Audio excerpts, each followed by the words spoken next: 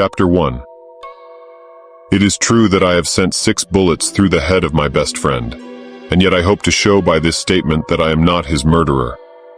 At first I shall be called a madman, madder than the man I shot in his cell at the Arkham Sanitarium. Later some of my readers will weigh each statement, correlate it with the known facts, and ask themselves how I could have believed otherwise than as I did after facing the evidence of that horror, that thing on the doorstep. Until then I also saw nothing but madness in the wild tales I have acted on. Even now I ask myself whether I was misled, or whether I am not mad after all. I do not know, but others have strange things to tell of Edward and Asenath Darby, and even the stolid police are at their wits' ends to account for that last terrible visit. They have tried weakly to concoct a theory of a ghastly jest or warning by discharged servants, yet they know in their hearts that the truth is something infinitely more terrible and incredible. So I say that I have not murdered Edward Darby. Rather have I avenged him, and in so doing purged the earth of a horror whose survival might have loosed untold terrors on all mankind. There are black zones of shadow close to our daily paths, and now and then some evil soul breaks a passage through. When that happens, the man who knows must strike before reckoning the consequences. I have known Edward Pickman Darby all his life. 8 years my junior, he was so precocious that we had much in common from the time he was 8 and I 16. He was the most phenomenal child scholar I have ever known, and at 7 was writing verse of a somber, fantastic, almost morbid cast, which astonished the tutors surrounding him. Perhaps his private education and coddled seclusion had something to do with his premature flowering. An only child, he had organic weaknesses which startled his doting parents, and caused them to keep him closely chained to their side. He was never allowed out without his nurse, and seldom had a chance to play unconstrainedly with other children. All this doubtless fostered a strange, secretive inner life in the boy, with imagination as his one avenue of freedom. At any rate, his juvenile learning was prodigious and bizarre, and his facile writing such as to captivate me despite my greater age. About that time I had leanings toward art of a somewhat grotesque cast, and I found in this younger child a rare kindred spirit. What lay behind our joint love of shadows and marvels was, no doubt, the ancient, moldering, and subtly fearsome town in which we lived. Witch-cursed, legend-haunted Arkham, whose huddled, sagging gambrel roofs and crumbling Georgian balustrades brood out the centuries beside the darkly muttering Miskatonic. As time went by, I turned to architecture and gave up my design of illustrating a book of Edward's demoniac poems, yet our comradeship suffered no lessening.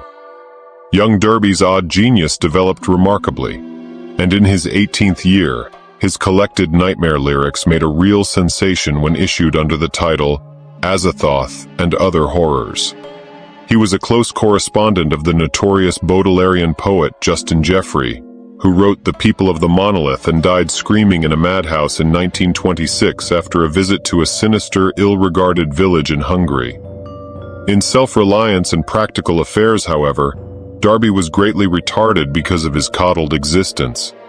His health had improved, but his habits of childish dependence were fostered by overcareful parents, so that he never traveled alone, made independent decisions, or assumed responsibilities. It was early seen that he would not be equal to a struggle in the business or professional arena, but the family fortune was so ample that this formed no tragedy. As he grew to years of manhood, he retained a deceptive aspect of boyishness. Blond and blue-eyed, he had the fresh complexion of a child, and his attempts to raise a mustache were discernible only with difficulty. His voice was soft and light, and his pampered, unexercised life gave him a juvenile chubbiness, rather than the paunchiness of premature middle age. He was of good height, and his handsome face would have made him a notable gallant had not his shyness held him to seclusion and bookishness. Darby's parents took him abroad every summer, and he was quick to seize on the surface aspects of European thought and expression. His Poe-like talents turned more and more toward the decadent, and other artistic sensitivenesses and yearnings were half aroused in him. We had great discussions in those days. I had been through Harvard, had studied in a Boston architect's office, had married, and had finally returned to Arkham to practice my profession, settling in the family homestead in Saltonstall Saint since my father had moved to Florida for his health. Edward used to call almost every evening, till I came to regard him as one of the household. He had a characteristic way of ringing the doorbell or sounding the knocker that grew to be a veritable code signal, so that after dinner, I always listened for the familiar 3 brisk strokes followed by 2 more after a pause. Less frequently, I would visit at his house and note with envy the obscure volumes in his constantly growing library. Darby went through Miskatonic University in Arkham, since his parents would not let him board away from them.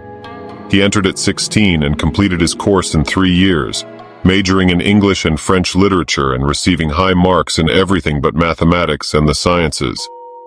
He mingled very little with the other students, though looking enviously at the daring or bohemian set, whose superficially smart language and meaninglessly ironic pose he aped, and whose dubious conduct he wished he dared adopt. What he did do was to become an almost fanatical devotee of subterranean magical lore, for which Miskatonic's library was and is famous. Always a dweller on the surface of fantasy and strangeness, he now delved deep into the actual runes and riddles left by a fabulous past for the guidance or puzzlement of posterity. He read things like the frightful Book of Iban, the Unausprechlichen Kulten of von Junst, and the forbidden Necronomicon of the mad Arab Abdul al-Hazred, though he did not tell his parents he had seen them. Edward was 20 when my son and only child was born, and seemed pleased when I named the newcomer Edward Darby Upton after him. By the time he was 25, Edward Darby was a prodigiously learned man and a fairly well-known poet and fantasiste, though his lack of contacts and responsibilities had slowed down his literary growth by making his products derivative and overbookish. I was perhaps his closest friend, finding him an inexhaustible mine of vital theoretical topics, while he relied on me for advice in whatever matters he did not wish to refer to his parents. He remained single, more through shyness, inertia, and parental protectiveness than through inclination, and moved in society only to the slightest and most perfunctory extent. When the war came, both health and ingrained timidity kept him at home. I went to Plattsburgh for a commission, but never got overseas. So the years wore on. Edward's mother died when he was 34, and for months he was incapacitated by some odd psychological malady. His father took him to Europe, however, and he managed to pull out of his trouble without visible effects. Afterward, he seemed to feel a sort of grotesque exhilaration, as if of partial escape from some unseen bondage. He began to mingle in the more advanced college set despite his middle age, and was present at some extremely wild doings, on one occasion paying heavy blackmail, which he borrowed of me, to keep his presence at a certain affair from his father's notice. Some of the whispered rumors about the wild Miskatonic set were extremely singular. There was even talk of black magic and of happenings utterly beyond credibility.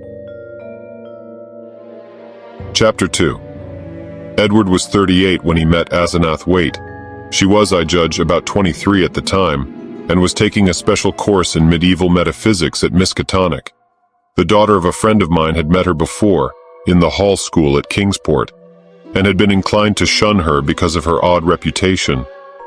She was dark, smallish, and very good-looking except for over-protuberant eyes, but something in her expression alienated extremely sensitive people. It was, however, largely her origin and conversation which caused average folk to avoid her. She was one of the Innsmouth Waites, and dark legends have clustered for generations about crumbling, half-deserted Innsmouth and its people. There are tales of horrible bargains about the year 1850, and of a strange element not quite human in the ancient families of the run-down fishing port. Tales such as only old-time Yankees can devise and repeat with proper awesomeness. Asenath's case was aggravated by the fact that she was Ephraim Waite's daughter, the child of his old age, by an unknown wife who always went veiled.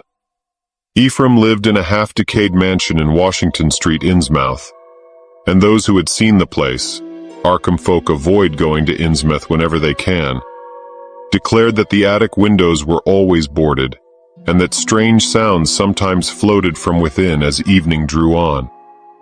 The old man was known to have been a prodigious magical student in his day, and legend averred that he could raise or quell storms at sea according to his whim. I had seen him once or twice in my youth as he came to Arkham to consult forbidden tomes at the college library, and had hated his wolfish saturnine face with its tangle of iron-gray beard. He had died insane under rather queer circumstances, just before his daughter, by his will made a nominal ward of the principal, entered the hall school, but she had been his morbidly avid pupil and looked fiendishly like him at times. The friend whose daughter had gone to school with Asenath Waite repeated many curious things when the news of Edward's acquaintance with her began to spread about. Asenath, it seemed, had posed as a kind of magician at school, and had really seemed able to accomplish some highly baffling marvels.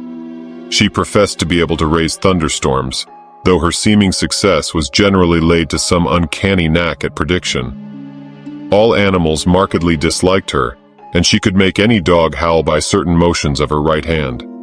There were times when she displayed snatches of knowledge and language very singular and very shocking for a young girl.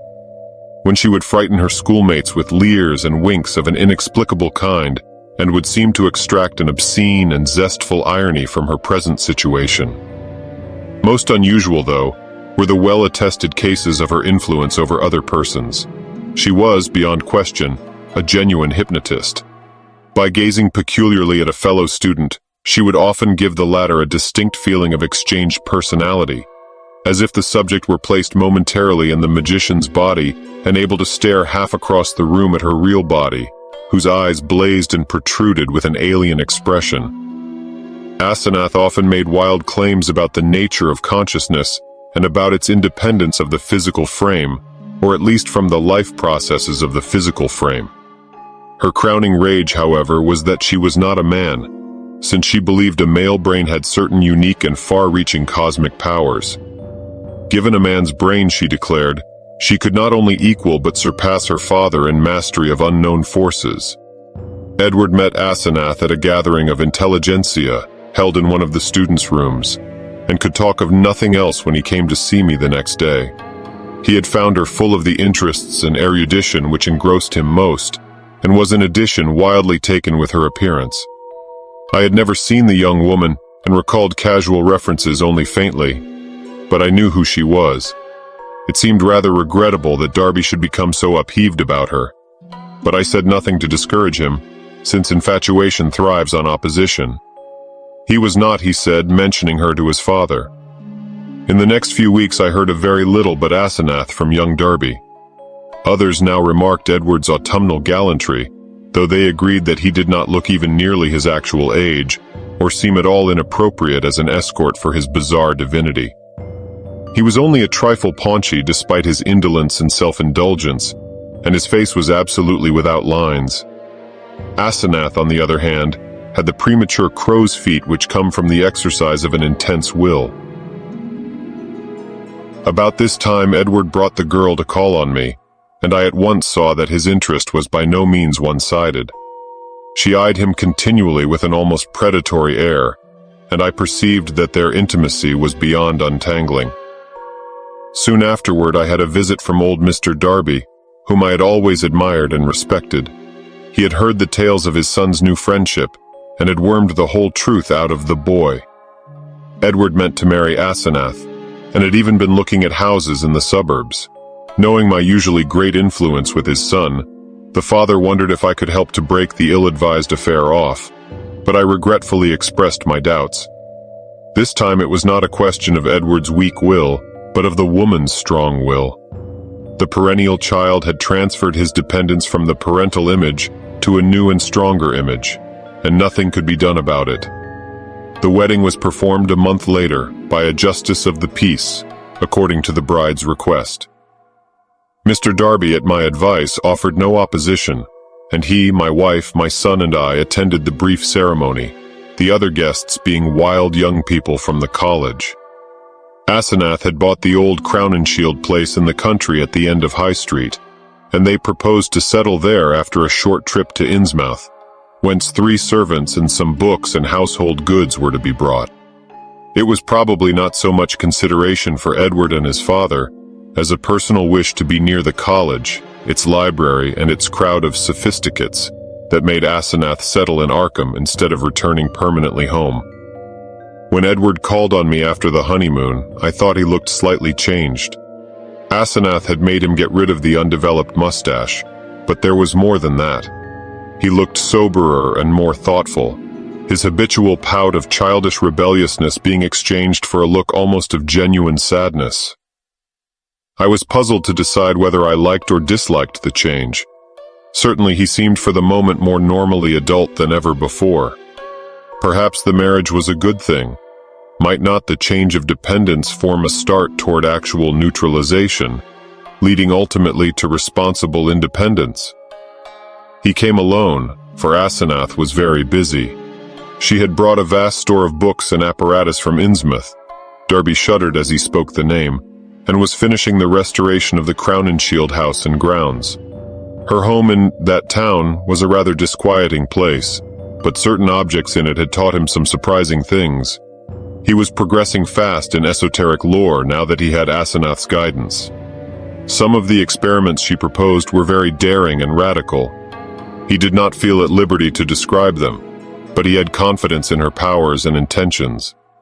The three servants were very queer, an incredibly aged couple who had been with old Ephraim and referred occasionally to him and to Asenath's dead mother in a cryptic way, and a swarthy young wench who had marked anomalies of feature and seemed to exude a perpetual odor of fish. Chapter 3. For the next 2 years I saw less and less of Darby. A fortnight would sometimes slip by without the familiar 3 and 2 strokes at the front door, and when he did call, or when, as happened with increasing infrequency, I called on him. He was very little disposed to converse on vital topics. He had become secretive about those occult studies which he used to describe and discuss so minutely, and preferred not to talk of his wife. She had aged tremendously since her marriage, till now. Oddly enough, she seemed the elder of the two. Her face held the most concentratedly determined expression I had ever seen, and her whole aspect seemed to gain a vague, unplaceable repulsiveness. My wife and son noticed it as much as I, and we all ceased gradually to call on her, for which, Edward admitted in one of his boyishly tactless moments, she was unmitigatedly grateful. Occasionally the Darbys would go on long trips, ostensibly to Europe, though Edward sometimes hinted at obscure destinations.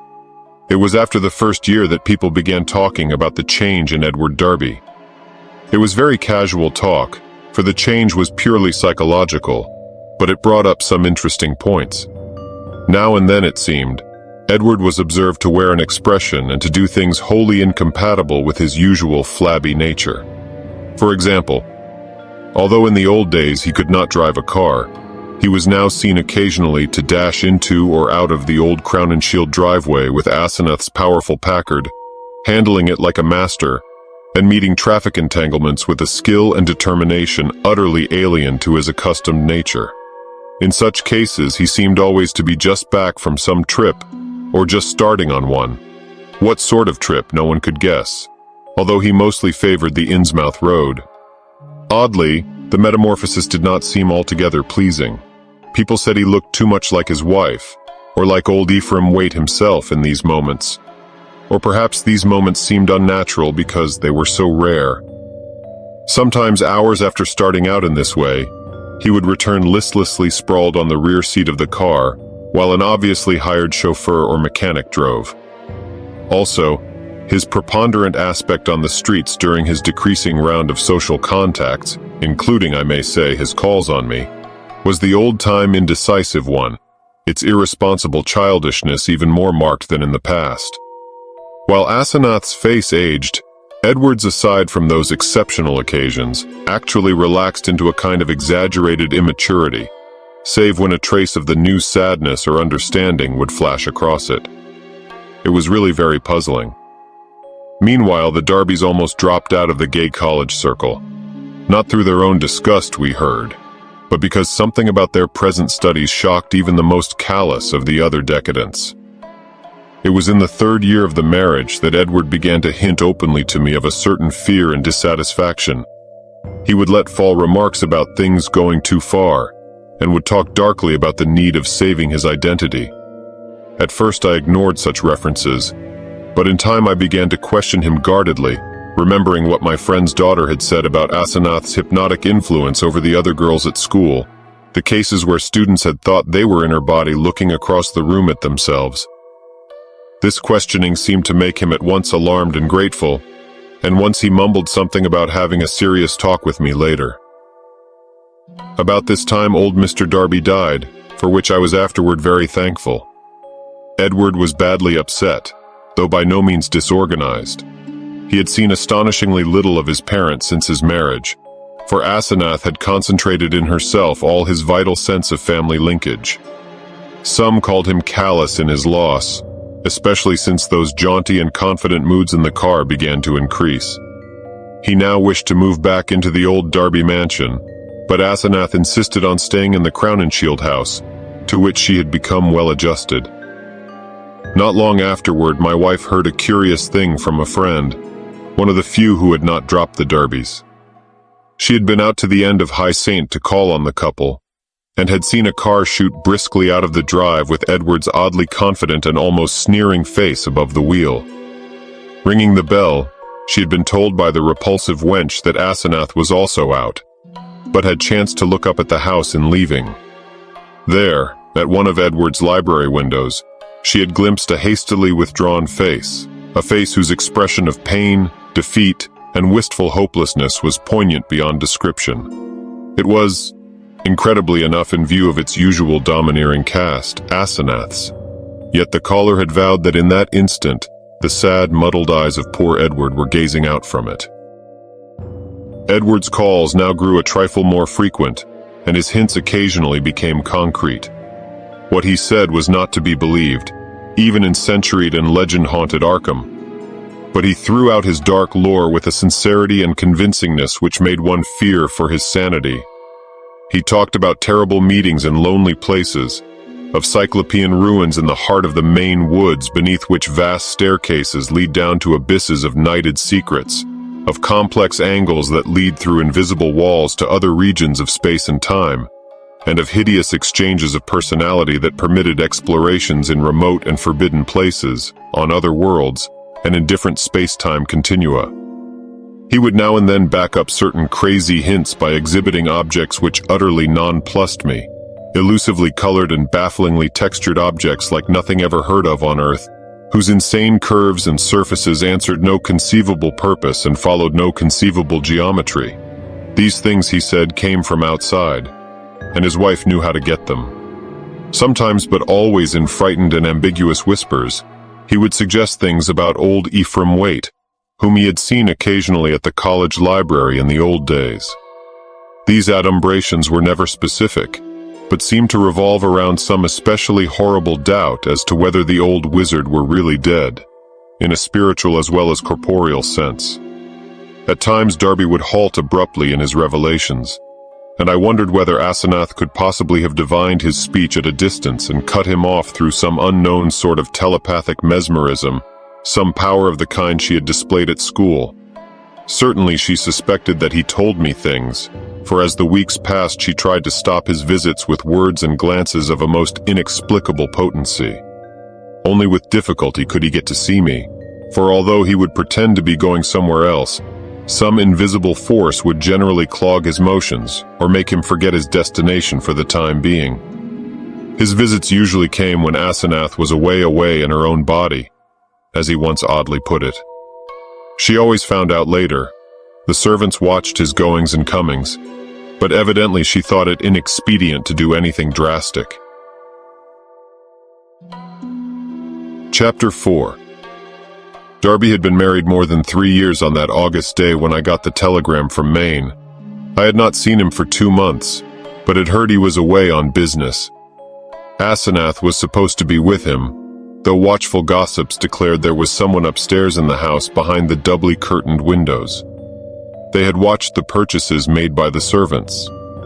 And now the town marshal of Chesuncook had wired of the draggled madman who stumbled out of the woods with delirious ravings and screamed to me for protection. It was Edward, and he had been just able to recall his own name and my name and address. Chesuncook is close to the wildest, deepest, and least explored forest belt in Maine, and it took a whole day of feverish jolting through fantastic and forbidding scenery to get there in a car. I found Darby in a cell at the town farm, vacillating between frenzy and apathy. He knew me at once, and began pouring out a meaningless, half-incoherent torrent of words in my direction. "Dan, for God's sake, the pit of the Shoggoths, down the 6,000 steps, the abomination of abominations. I never would let her take me, and then I found myself there. Ea Shub-Niggurath."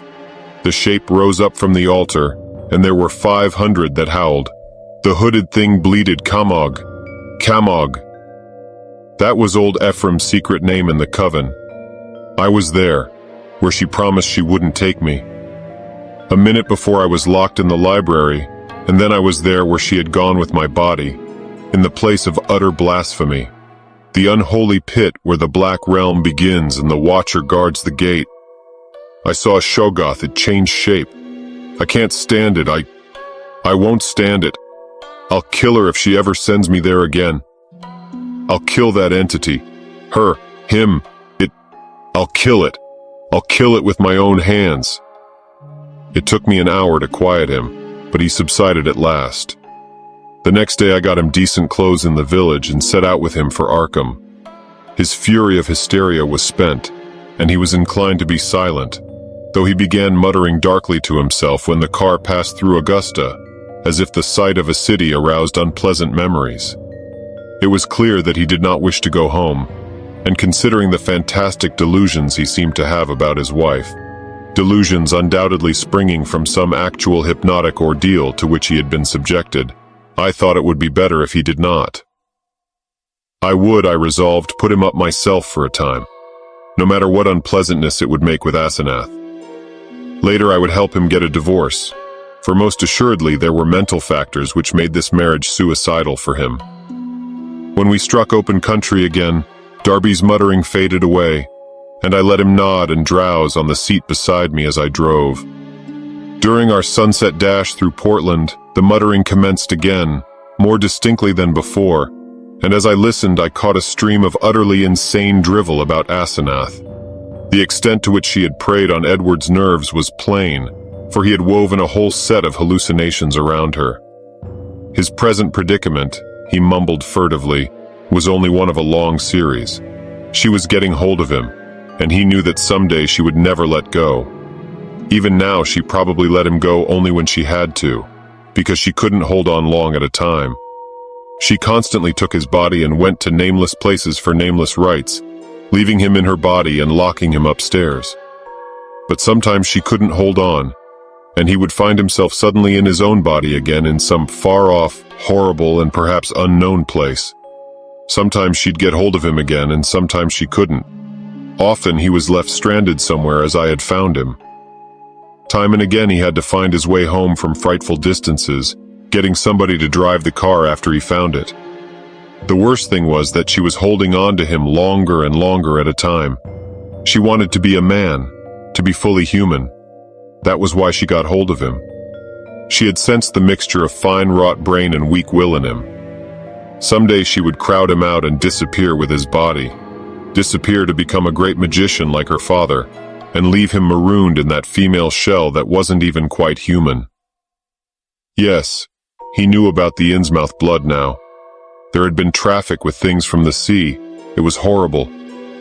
And old Ephraim, he had known the secret, and when he grew old did a hideous thing to keep alive. He wanted to live forever. Asenath would succeed. One successful demonstration had taken place already. As Darby muttered on, I turned to look at him closely, verifying the impression of change which an earlier scrutiny had given me. Paradoxically, he seemed in better shape than usual, harder, more normally developed, and without the trace of sickly flabbiness caused by his indolent habits. It was as if he had been really active and properly exercised for the first time in his coddled life, and I judged that Asenath's force must have pushed him into unwanted channels of motion and alertness. But just now his mind was in a pitiable state, for he was mumbling wild extravagances about his wife, about black magic, about old Ephraim, and about some revelation which would convince even me. He repeated names which I recognized from bygone browsings in forbidden volumes, and at times made me shudder with a certain thread of mythological consistency, of convincing coherence, which ran through his maundering. Again and again he would pause, as if to gather courage for some final and terrible disclosure. Dan, don't you remember him? The wild eyes and the unkempt beard that never turned white? He glared at me once, and I never forgot it. Now she glares that way, and I know why. He found it in the Necronomicon, the formula. I don't dare tell you the page yet, but when I do you can read and understand. Then you will know what has engulfed me. On, body to body to body. He means never to die. The life glow, he knows how to break the link. It can flicker on a while even when the body is dead. I'll give you hints and maybe you'll guess. Listen, Dan. Do you know why my wife always takes such pains with that silly backhand writing? Have you ever seen a manuscript of old Ephraim's? Do you want to know why I shivered when I saw some hasty notes Asenath had jotted down? Asenath. Is there such a person? Why did they half think there was poison in old Ephraim's stomach? Why did the Gilmans whisper about the way he shrieked, like a frightened child, when he went mad and Asenath locked him up in the padded attic room where the other had been? Was it old Ephraim's soul that was locked in? Who locked in whom? Why had he been looking for months for someone with a fine mind and a weak will? Why did he curse that his daughter wasn't a son? Tell me, Daniel Upton. What devilish exchange was perpetrated in the house of horror where that blasphemous monster had his trusting, weak-willed, half-human child at his mercy? Didn't he make it permanent, as she'll do in the end with me? Tell me why that thing that calls itself Asenath writes differently when off guard, so that you can't tell its script from... Then the thing happened. Darby's voice was rising to a thin treble scream as he raved, when suddenly it was shut off with an almost mechanical click. I thought of those other occasions at my home when his confidences had abruptly ceased, when I had half fancied that some obscure telepathic wave of Asenath's mental force was intervening to keep him silent. This, though, was something altogether different, and I felt infinitely more horrible. The face beside me was twisted almost unrecognizably for a moment, while through the whole body there passed a shivering motion, as if all the bones, organs, muscles, nerves, and glands were readjusting themselves to a radically different posture, set of stresses, and general personality. Just where the supreme horror lay, I could not for my life tell. Yet there swept over me such a swamping wave of sickness and repulsion, such a freezing, petrifying sense of utter alienage and abnormality, that my grasp of the wheel grew feeble and uncertain. The figure beside me seemed less like a lifelong friend than like some monstrous intrusion from outer space, some damnable, utterly accursed focus of unknown and malign cosmic forces. I had faltered only a moment, but before another moment was over, my companion had seized the wheel and forced me to change places with him. The dusk was now very thick, and the lights of Portland far behind, so I could not see much of his face. The blaze of his eyes, though, was phenomenal, and I knew that he must now be in that queerly energized state, so unlike his usual self, which so many people had noticed. It seemed odd and incredible that listless Edward Darby, he who could never assert himself, and who had never learned to drive, should be ordering me about and taking the wheel of my own car. Yet that was precisely what had happened. He did not speak for some time, and in my inexplicable horror I was glad he did not. In the lights of Biddeford and Saco I saw his firmly set mouth and shivered at the blaze of his eyes. The people were right. He did look damnably like his wife and like old Ephraim when in these moods. I did not wonder that the moods were disliked. There was certainly something unnatural and diabolic in them, and I felt the sinister element all the more because of the wild ravings I had been hearing. This man, for all my lifelong knowledge of Edward Pickman Darby, was a stranger, an intrusion of some sort from the black abyss. He did not speak until we were on a dark stretch of road, and when he did, his voice seemed utterly unfamiliar. It was deeper, firmer, and more decisive than I had ever known it to be, while its accent and pronunciation were altogether changed, though vaguely, remotely, and rather disturbingly recalling something I could not quite place. There was, I thought, a trace of very profound and very genuine irony in the timbre. Not the flashy, meaninglessly jaunty pseudo-irony of the callow sophisticate, which Darby had habitually affected, but something grim, basic, pervasive, and potentially evil. I marveled at the self-possession so soon following the spell of panic-struck muttering. "I hope you'll forget my attack back there, Upton," he was saying. "You know what my nerves are, and I guess you can excuse such things. I'm enormously grateful, of course, for this lift home. And you must forget, too, any crazy things I may have been saying about my wife, and about things in general. That's what comes from overstudy in a field like mine. My philosophy is full of bizarre concepts, and when the mind gets worn out, it cooks up all sorts of imaginary concrete applications. I shall take a rest from now on. You probably won't see me for some time, and you needn't blame Asenath for it. This trip was a bit queer, but it's really very simple. There are certain Indian relics in the North Woods, standing stones and all that, which mean a good deal in folklore, and Asenath and I are following that stuff up. It was a hard search, so I seem to have gone off my head. I must send somebody for the car when I get home. A month's relaxation will put me back on my feet." I do not recall just what my own part of the conversation was, for the baffling alienage of my seatmate filled all my consciousness. With every moment, my feeling of elusive cosmic horror increased, till at length I was in a virtual delirium of longing for the end of the drive. Darby did not offer to relinquish the wheel, and I was glad of the speed with which Portsmouth and Newburyport flashed by. At the junction where the main highway runs inland and avoids Innsmouth, I was half afraid my driver would take the bleak shore road that goes through that damnable place. He did not, however, but darted rapidly past Rowley and Ipswich toward our destination. We reached Arkham before midnight, and found the lights still on at the old Crown and Shield house. Darby left the car with a hasty repetition of his thanks, and I drove home alone with a curious feeling of relief. It had been a terrible drive, all the more terrible because I could not quite tell why, and I did not regret Darby's forecast of a long absence from my company. Chapter 5. The next 2 months were full of rumors. People spoke of seeing Darby more and more in his new energized state, and Asenath was scarcely ever into her few callers. I had only one visit from Edward, when he called briefly in Asenath's car, duly reclaimed from wherever he had left it in Maine, to get some books he had lent me. He was in his new state, and paused only long enough for some evasively polite remarks. It was plain that he had nothing to discuss with me when in this condition, and I noticed that he did not even trouble to give the old 3 and 2 signal when ringing the doorbell. As on that evening in the car, I felt a faint, infinitely deep horror which I could not explain, so that his swift departure was a prodigious relief. In mid-September, Darby was away for a week, and some of the decadent college set talked knowingly of the matter, hinting at a meeting with a notorious cult leader, lately expelled from England, who had established headquarters in New York. For my part, I could not get that strange ride from Maine out of my head. The transformation I had witnessed had affected me profoundly, and I caught myself again and again trying to account for the thing, and for the extreme horror it had inspired in me. But the oddest rumors were those about the sobbing in the old Crown and Shield house.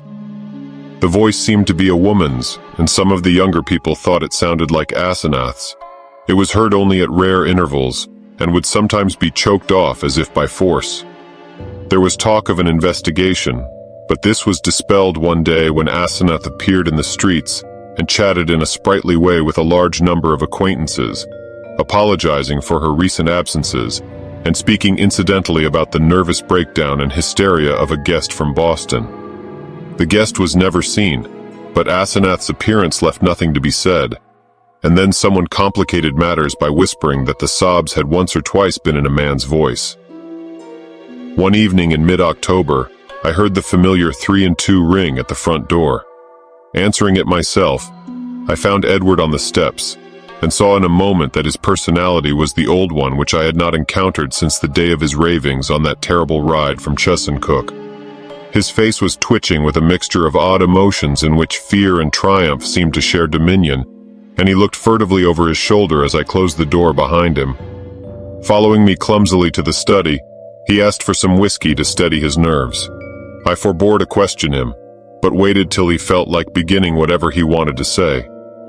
At length he ventured some information in a choking voice. "Asenath has gone, Dan. We had a long talk last night while the servants were out, and I made her promise to stop preying on me. Of course I had certain occult defenses I never told you about. She had to give in, but got frightfully angry. Just packed up and started for New York. Walked right out to catch the 8:20 into Boston. I suppose people will talk, but I can't help that. You needn't mention that there was any trouble. Just say she's gone on a long research trip. She's probably going to stay with one of her horrible groups of devotees. I hope she'll go west and get a divorce anyhow. I've made her promise to keep away and let me alone. It was horrible, Dan. She was stealing my body, crowding me out, making a prisoner of me. I laid low and pretended to let her do it, but I had to be on the watch. I could plan if I was careful, for she can't read my mind literally or in detail. All she could read of my planning was a sort of general mood of rebellion, and she always thought I was helpless. Never thought I could get the best of her. But I had a spell or two that worked." Darby looked over his shoulder and took some more whiskey. "I paid off those damned servants this morning when they got back. They were ugly about it and asked questions, but they went. They're her kind Innsmouth people, and were hand in glove with her. I hope they'll let me alone. I didn't like the way they laughed when they walked away. I must get as many of Dad's old servants again as I can. I'll move back home now." "I suppose you think I'm crazy, Dan, but Arkham history ought to hint at things that back up what I've told you, and what I'm going to tell you. You've seen one of the changes too. In your car after I told you about Asenath that day coming home from Maine, that was when she drove me out of my body. The last thing of the ride I remember was when I was all worked up trying to tell you what that she-devil is. Then she got me, and in a flash I was back at the house, in the library where those damned servants had me locked up, and in that cursed fiend's body, that isn't even human. You know it was she you must have ridden home with, that praying wolf in my body. You ought to have known the difference." I shuddered as Darby paused. Surely I had known the difference, yet could I accept an explanation as insane as this? But my distracted caller was growing even wilder. "I had to save myself. I had to, Dan. She'd have got me for good at Hallowmass. They hold a Sabbath up there beyond Chesuncook, and the sacrifice would have clinched things. She'd have got me for good. She'd have been I, and I'd have been she. Forever. Too late. My body'd have been hers for good. She'd have been a man and fully human just as she wanted to be. I suppose she'd have put me out of the way, killed her own ex-body with me in it, damn her, just as she did before. Just as he, or it did before." Edward's face was now atrociously distorted, and he bent it uncomfortably close to mine as his voice fell to a whisper. "You must know what I hinted in the car, that she isn't Asenath at all, but really old Ephraim himself. I suspected it a year and a half ago, but I know it now. Her handwriting shows it when she's off guard. Sometimes she jots down a note in writing that's just like her father's manuscripts, stroke for stroke. And sometimes she says things that nobody but an old man like Ephraim could say. He changed forms with her when he felt death coming. She was the only one he could find with the right kind of brain and a weak enough will. He got her body permanently, just as she almost got mine, and then poisoned the old body he'd put her into. Haven't you seen old Ephraim's soul glaring out of that she-devil's eyes dozens of times? And out of mine when she had control of my body?" The whisperer was panting and paused for breath. I said nothing, and when he resumed his voice was nearer normal. This, I reflected, was a case for the asylum, but I would not be the one to send him there. Perhaps time and freedom from Asenath would do its work. I could see that he would never wish to dabble in morbid occultism again. "I'll tell you more later. I must have a long rest now. I'll tell you something of the forbidden horrors she led me into, something of the age-old horrors that even now are festering in out-of-the-way corners, with a few monstrous priests to keep them alive. Some people know things about the universe that nobody ought to know, and can do things that nobody ought to be able to do. I've been in it up to my neck, but that's the end. Today I'd burn that damn Necronomicon and all the rest if I were librarian at Miskatonic. But she can't get me now. I must get out of that accursed house as soon as I can, and settle down at home. You'll help me, I know, if I need help. Those devilish servants, you know. And if people should get too inquisitive about Asenath, you see, I can't give them her address. Then there are certain groups of searchers, certain cults, you know, that might misunderstand our breaking up. Some of them have damnably curious ideas and methods. I know you'll stand by me if anything happens, even if I have to tell you a lot that will shock you. I had Edward stay and sleep in one of the guest chambers that night, and in the morning he seemed calmer. We discussed certain possible arrangements for his moving back into the Darby mansion, and I hoped he would lose no time in making the change. He did not call the next evening, but I saw him frequently during the ensuing weeks. We talked as little as possible about strange and unpleasant things, but discussed the renovation of the old Darby house and the travels which Edward promised to take with my son and me the following summer. Of Asenath we said almost nothing, for I saw that the subject was a peculiarly disturbing one. Gossip, of course, was rife, but that was no novelty in connection with the strange menage at the old Crown and Shield house. One thing I did not like was what Darby's banker let fall in an over-expansive mood at the Miskatonic Club about the checks Edward was sending regularly to a Moses and Abigail Sargent and a Eunice Babson in Innsmouth. That looked as if those evil-faced servants were extorting some kind of tribute from him, yet he had not mentioned the matter to me. I wished that the summer and my son's Harvard vacation would come, so that we could get Edward to Europe. He was not, I soon saw, mending as rapidly as I had hoped he would, for there was something a bit hysterical in his occasional exhilaration, while his moods of fright and depression were altogether too frequent. The old Darby house was ready by December, yet Edward constantly put off moving. Though he hated and seemed to fear the Crown and Shield place, he was at the same time queerly enslaved by it. He could not seem to begin dismantling things, and invented every kind of excuse to postpone action. When I pointed this out to him, he appeared unaccountably frightened. His father's old butler, who was there with other reacquired family servants, told me one day that Edward's occasional prowlings about the house, and especially down cellar, looked odd and unwholesome to him. I wondered if Asenath had been writing disturbing letters, but the butler said there was no mail which could have come from her.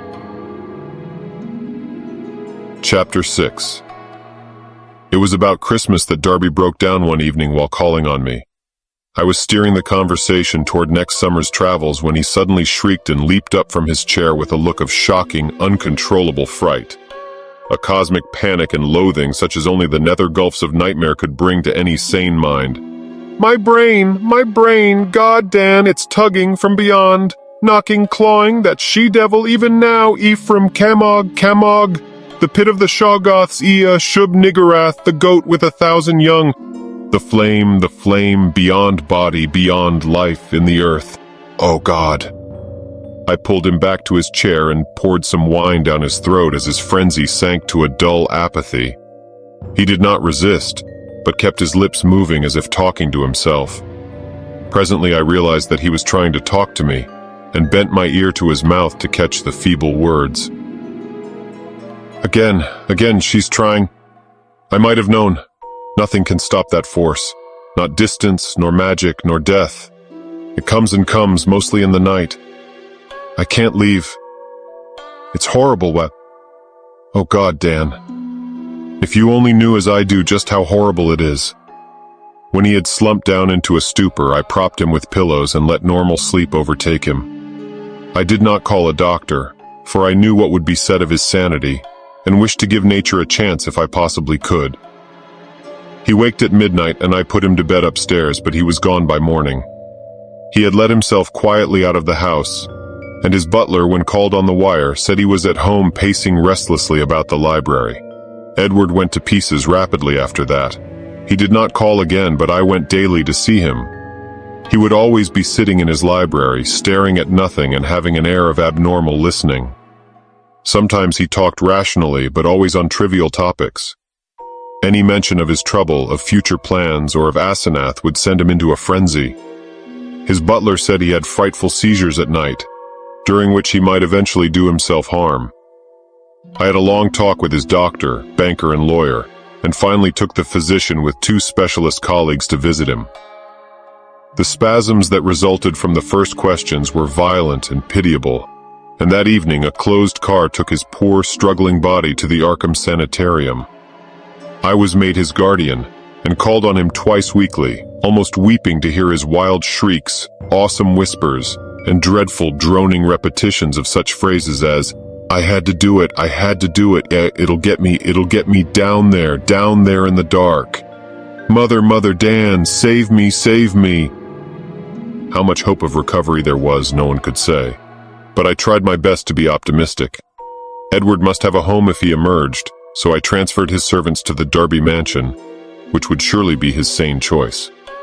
What to do about the Crown and Shield place with its complex arrangements and collections of utterly inexplicable objects I could not decide, so left it momentarily untouched, telling the Derby housemaid to go over and dust the chief rooms once a week, and ordering the furnace man to have a fire on those days. The final nightmare came before Candlemas, heralded in cruel irony by a false gleam of hope. One morning late in January, the sanitarium telephoned to report that Edward's reason had suddenly come back. His continuous memory, they said, was badly impaired, but sanity itself was certain. Of course, he must remain some time for observation, but there could be little doubt of the outcome. All going well, he would surely be free in a week. I hastened over in a flood of delight, but stood bewildered when a nurse took me to Edward's room. The patient rose to greet me, extending his hand with a polite smile, but I saw in an instant that he bore the strangely energized personality which had seemed so foreign to his own nature, the competent personality I had found so vaguely horrible, and which Edward himself had once vowed was the intruding soul of his wife. There was the same blazing vision, so like Asenath's and old Ephraim's, and the same firm mouth, and when he spoke I could sense the same grim, pervasive irony in his voice, the deep irony so redolent of potential evil. This was the person who had driven my car through the night 5 months before. The person I had not seen since that brief call when he had forgotten the old-time doorbell signal and stirred such nebulous fears in me. And now he filled me with the same dim feeling of blasphemous alienage and ineffable cosmic hideousness. He spoke affably of arrangements for release, and there was nothing for me to do but assent, despite some remarkable gaps in his recent memories. Yet I felt that something was terribly, inexplicably wrong and abnormal. There were horrors in this thing that I could not reach. This was a sane person, but was it indeed the Edward Derby I had known? If not, who or what was it, and where was Edward? Ought it to be free or confined, or ought it to be extirpated from the face of the earth? There was a hint of the abysmally sardonic in everything the creature said. The Asenath-like eyes lent a special and baffling mockery to certain words about the early liberty earned by an especially close confinement. I must have behaved very awkwardly, and was glad to beat a retreat. All that day and the next I racked my brain over the problem. What had happened? What sort of mind looked out through those alien eyes in Edward's face?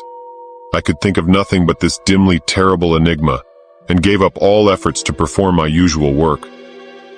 The second morning the hospital called up to say that the recovered patient was unchanged, and by evening I was close to a nervous collapse, a state I admit, though others will vow it colored my subsequent vision. I have nothing to say on this point except that no madness of mine could account for all the evidence. Chapter 7. It was in the night. After that second evening, that stark, utter horror burst over me and weighted my spirit with a black, clutching panic from which it can never shake free. It began with a telephone call just before midnight. I was the only one up, and sleepily took down the receiver in the library. No one seemed to be on the wire, and I was about to hang up and go to bed, when my ear caught a very faint suspicion of sound at the other end. Was someone trying under great difficulties to talk? As I listened, I thought I heard a sort of half-liquid bubbling noise. Glub, glub, glub. which had an odd suggestion of inarticulate, unintelligible word and syllable divisions. I called, "Who is it?" But the only answer was glub glub, glub glub. I could only assume that the noise was mechanical, but fancying that it might be a case of a broken instrument able to receive but not to send, I added, "I can't hear you. Better hang up and try information." Immediately I heard the receiver go on the hook at the other end. This, I say, was just before midnight. When that call was traced afterward, it was found to come from the old Crown and Shield house, though it was fully half a week from the housemaid's day to be there. I shall only hint what was found at that house. The upheaval in a remote cellar storeroom, the tracks, the dirt, the hastily rifled wardrobe, the baffling marks on the telephone, the clumsily used stationery, and the detestable stench lingering over everything. The police, poor fools, have their smug little theories, and are still searching for those sinister discharged servants who have dropped out of sight amidst the present furore. They speak of a ghoulish revenge for things that were done, and say I was included because I was Edward's best friend and advisor. Idiots. Do they fancy those brutish clowns could have forged that handwriting? Do they fancy they could have brought what later came? Are they blind to the changes in that body that was Edward's? As for me, I now believe all that Edward Darby ever told me. There are horrors beyond life's edge that we do not suspect, and once in a while man's evil prying calls them just within our range. Ephraim, Asenath, that devil called them in, and they engulfed Edward as they are engulfing me. Can I be sure that I am safe? Those powers survive the life of the physical form.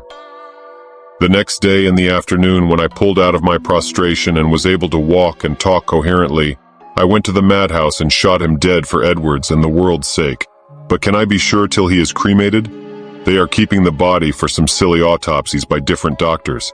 But I say he must be cremated. He must be cremated. He who was not Edward Darby when I shot him.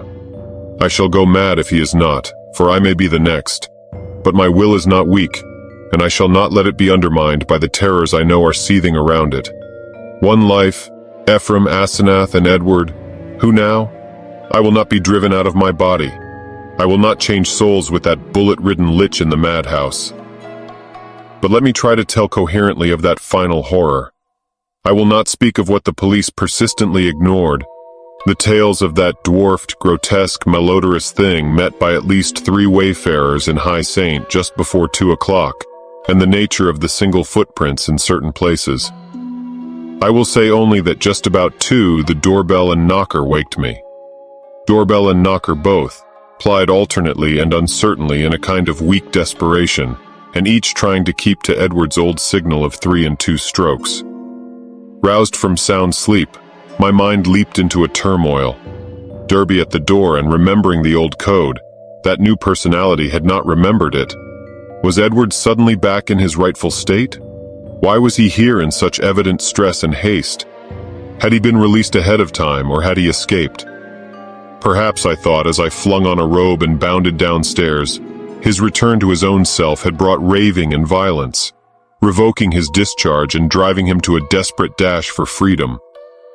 Whatever had happened, he was good old Edward again, and I would help him. When I opened the door into the elm-arched blackness, a gust of insufferably fetid wind almost flung me prostrate. I choked in nausea, and for a second scarcely saw the dwarfed, humped figure on the steps. The summons had been Edward's, but who was this foul, stunted parody? Where had Edward had time to go? His ring had sounded only a second before the door opened.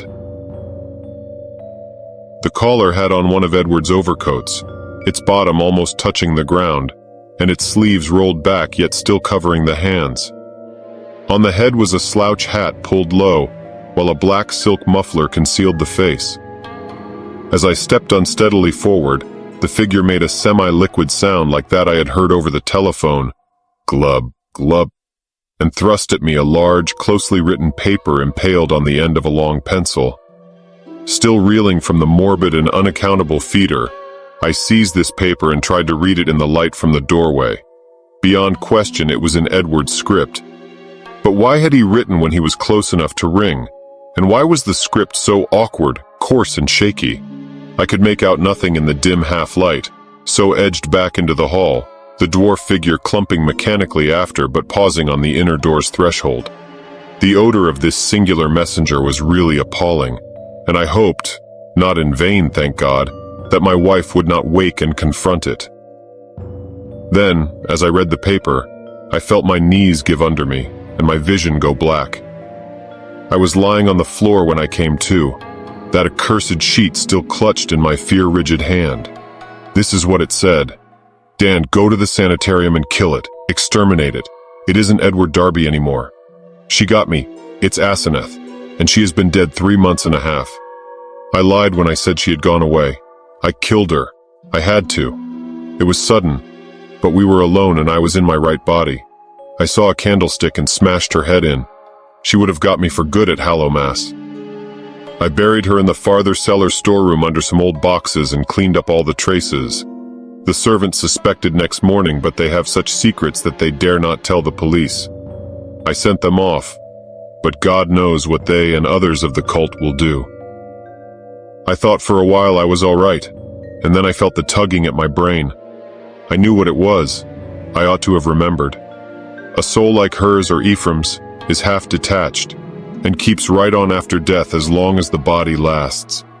She was getting me, making me change bodies with her, seizing my body and putting me in that corpse of hers buried in the cellar. I knew what was coming. That's why I snapped and had to go to the asylum. Then it came. I found myself choked in the dark in Asenath's rotting carcass down there in the cellar under the boxes where I put it. And I knew she must be in my body at the sanitarium, permanently, for it was after Hallowmass, and the sacrifice would work even without her being there, sane and ready for release as a menace to the world. I was desperate, and in spite of everything I clawed my way out. I'm too far gone to talk. I couldn't manage to telephone, but I can still write. I'll get fixed up somehow and bring you this last word and warning. Kill that fiend if you value the peace and comfort of the world. See that it is cremated. If you don't, it will live on, body to body forever, and I can't tell you what it will do. Keep clear of black magic, Dan. It's the devil's business. Goodbye. You've been a great friend. Tell the police whatever they'll believe, and I'm damnably sorry to drag all this on you. I'll be at peace before long. This thing won't hold together much more. Hope you can read this, and kill that thing. Kill it. Yours, Ed. It was only afterward that I read the last half of this paper, for I had fainted at the end of the third paragraph. I fainted again when I saw and smelled what cluttered up the threshold where the warm air had struck it. The messenger would not move or have consciousness anymore. The butler, tougher fibered than I, did not faint at what met him in the hall in the morning. Instead, he telephoned the police. When they came, I had been taken upstairs to bed, but the other mass lay where it had collapsed in the night. The men put handkerchiefs to their noses. What they finally found inside Edward's oddly assorted clothes was mostly liquescent horror. There were bones, too, and a crushed-in skull. Some dental work positively identified the skull as Asenath's.